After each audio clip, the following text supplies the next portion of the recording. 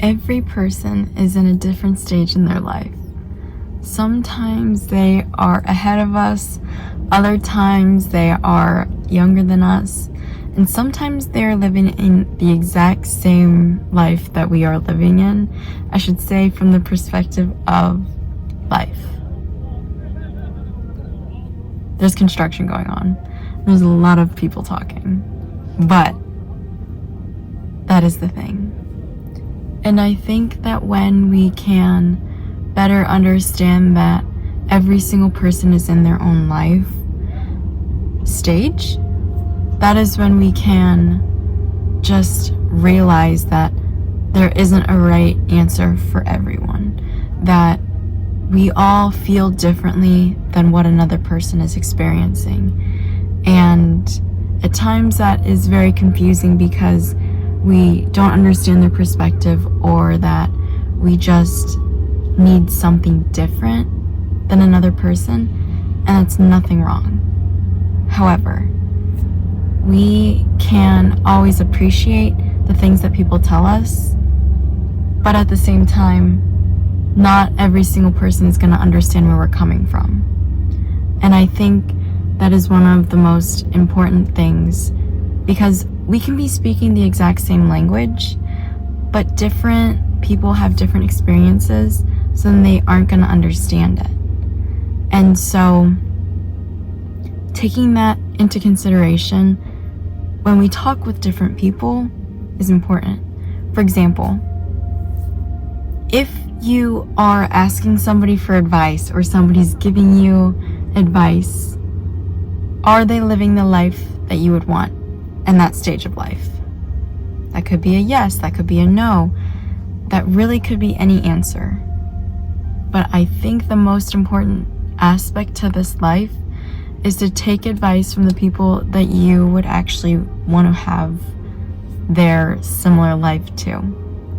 Like, for example, if you asked a medical professional how to build a house, they probably wouldn't give you very good advice because they don't know how to. But on the flip side, if you tried to ask a contractor how to replace a knee or replace a hip, that most likely wouldn't go well either. And so trying to find people that are in your position that you desire is so valuable. It doesn't mean you guys need to click right away, you guys need to be best friends, but leave a good impression on them. Because then you can build your network, then you can build your connections and have people you can ask and you can look towards to find those answers that you want. And from another perspective,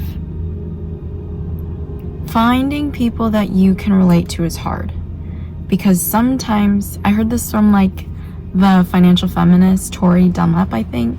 She runs her like first 100K, and she astonishingly raised $100,000 by the age of 25. And I was like, oh, she saved that in her bank account. Girl, that's gonna be coming quick. But she said that people you look for advice to are not experts. They are not people who do the thing perfectly that you want to do. They are most likely a few stages ahead of you. Because you most likely would not be able to relate to somebody who has everything figured out, who has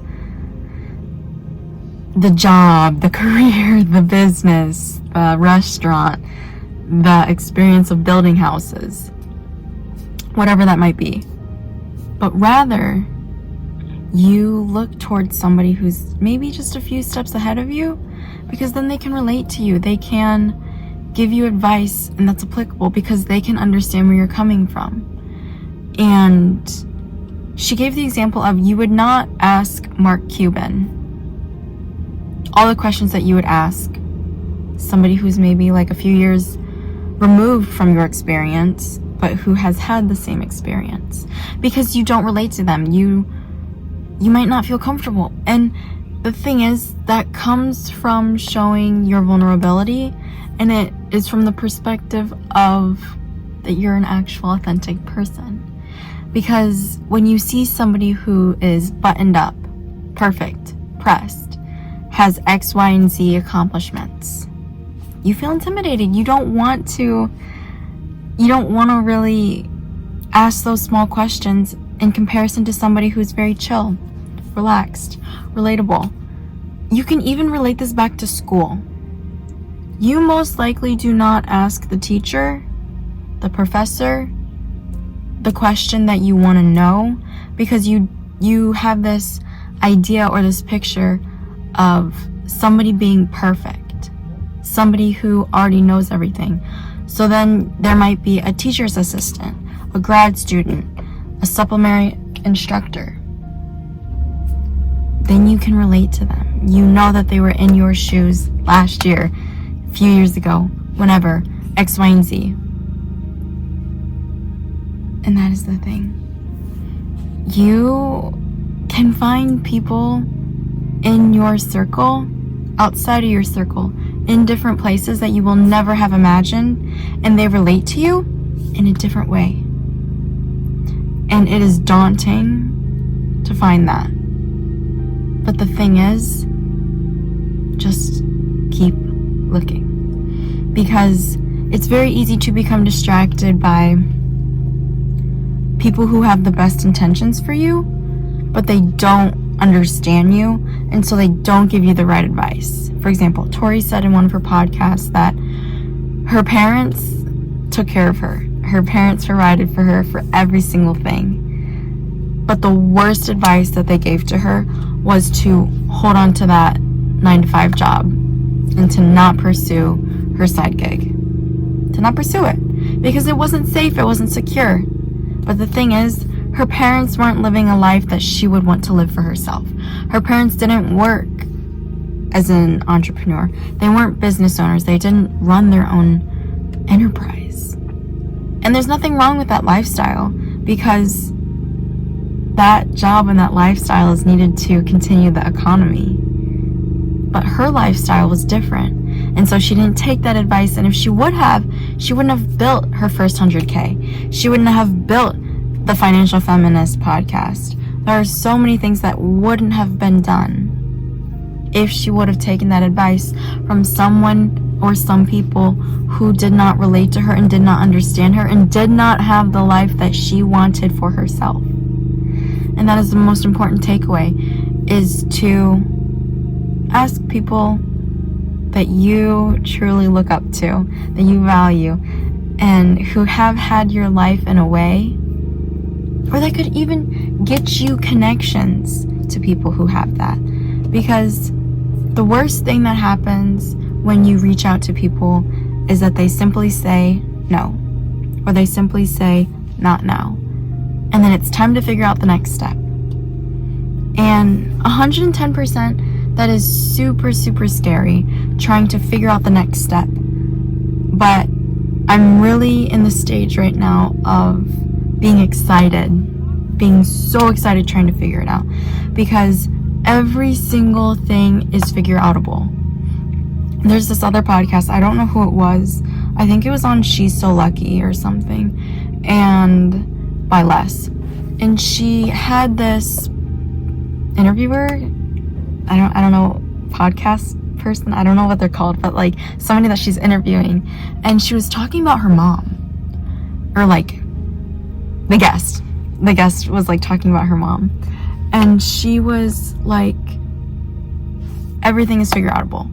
Her mom took apart the radio, put it back together, figured out how to patch the house, the roof, the every single thing, because it's figure outable. And I was like, okay, cool. Yeah, no, that makes sense. Cool, chill. And then that happened into my life. You guys know the failures that happened this summer.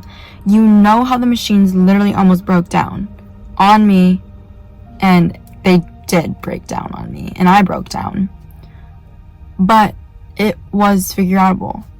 The machine was fixed. My mentor fixed the machine. He solved the machine problem that was in the box. And then the other machine was fixed because it just was fixed. Because some other person who was experts at that machine figured it out for me.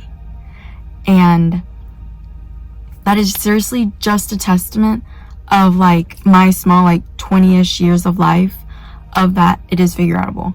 And I made an emphasis on like texting or like sending like a letter to him, my mentor, and was like, you really taught me that everything is figure outable. And it genuinely, truly is. And I just want you to know that. And to ask the people that you need to figure out. Food for thought.